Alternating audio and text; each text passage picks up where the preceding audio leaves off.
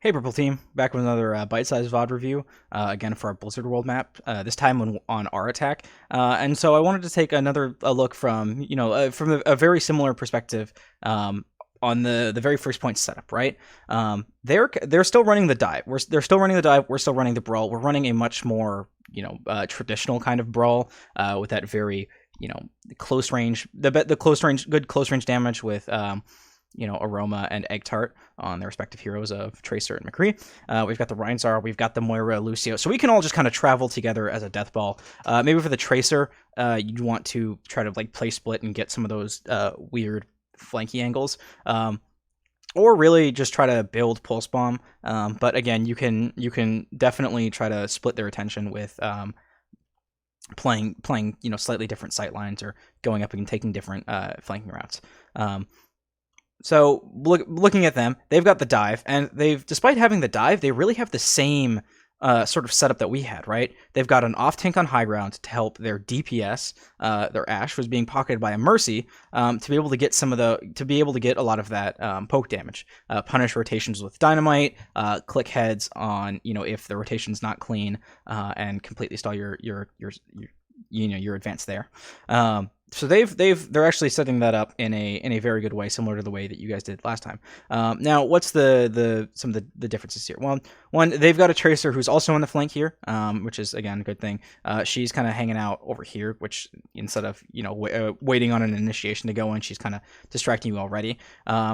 Aroma, that means that just taking or whoever's playing Tracer really, because obviously Aroma is one of our tanks, but when we have someone on Tracer, we can have just taking care of Purple Potato, trying to take a duel, or really just making sure, and if you're not comfortable with that you think you can kill them, really just making sure that they're distracted so they can't poke into your backline.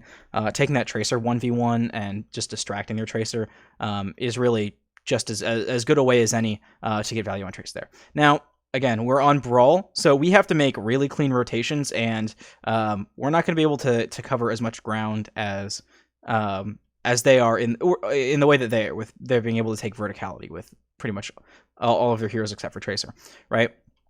So as Brawl, obviously, I think coming from this angle, the best path to take is this one coming right out, and then you just immediately head to the left here, and you take this out of point. And you make them, you do your best to brawl in here, or the other thing you can do is come out main and try to take this angle over here, because if their Tracer doesn't come behind you and want to clip one of your supports or something like that, which again you can look at, you have that McCree there to look at that. You take this high ground, that really just removes high ground from them, and then that makes it harder for them because you can just drop onto point and brawl from there. So that's looking at that setup. You have that strength of that high. They have that strength of that high ground with a pocketed DPS and an off tank. You guys have the brawl over here, and I think I've mentioned this before. Brawl on this point is definitely not the strongest, which means that you guys are going to have to be, if you're doing brawl on this point, which again I told you to. Don't think that I'm saying that you guys picked wrong or anything like that. Right, you've just got to be really clean with it, and I think they were able to execute their execute to their strengths better than we were able to defend against our weaknesses. Now, again, if we can get it to third point, you Brawl is really strong there, and you guys are going to have the advantage. They're going to have to switch off and make some changes. But just looking at that setup, you've got to be really clean. And let's watch how this plays out. We're sticking around right here.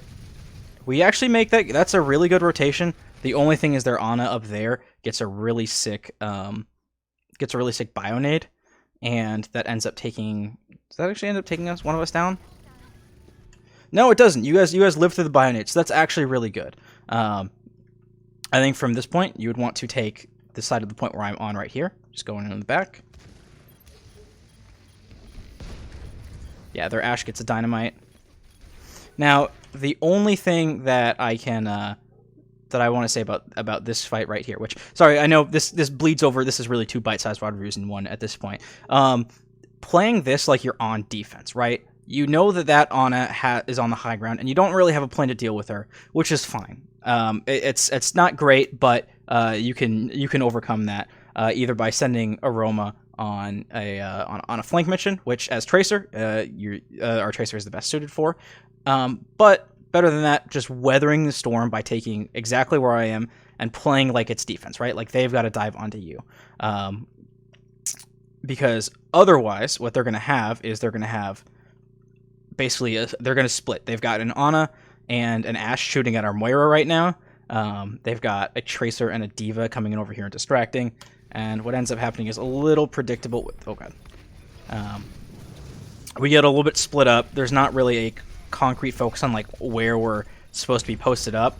Really, whether it's saying, okay, we want to be like right here and make them have to do and go into us, which I don't really like that much, but that uses cover that prevents them from getting big dynamites in there as easily, or just taking this back here. That's a better idea. Otherwise, what ends up happening is just we end up getting picked off from different angles. They end up winning the fight. So the fact they also did have this Ana consistently up there, and so either having a plan to take that, especially with this brawl composition that's really delicate on this point against dive, right? They have more mobility. Having a plan, it really doing. You guys had a really great rotation on here, and you took the point well. It's just how you set up after that in order to continue that sort of fight and or deal with that Ana so that she couldn't keep getting as much value as she could.